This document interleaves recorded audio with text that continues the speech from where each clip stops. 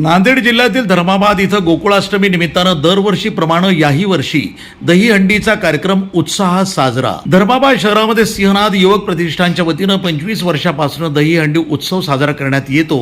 याही वर्षी थोडा आगळा वेगळ्या प्रकारचा कार्यक्रम हाती घेण्यात आला। यावेळी अभिनेत्री पूजा वाघमारे, अँकर श्रुती अकलवारकर, डान्सर शिवकांता तिडके यांचा मनोरंजनपर कार्यक्रम उत्साहात साजरा करण्यात आला। नंतर दहीहंडी फोडण्यात आली।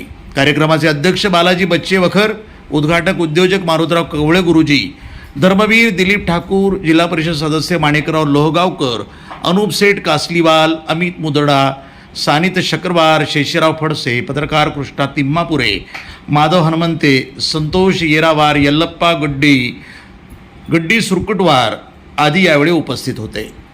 प्रतिनिधी माधव हनुमंते, नांदेड, NTV न्यूज मराठी।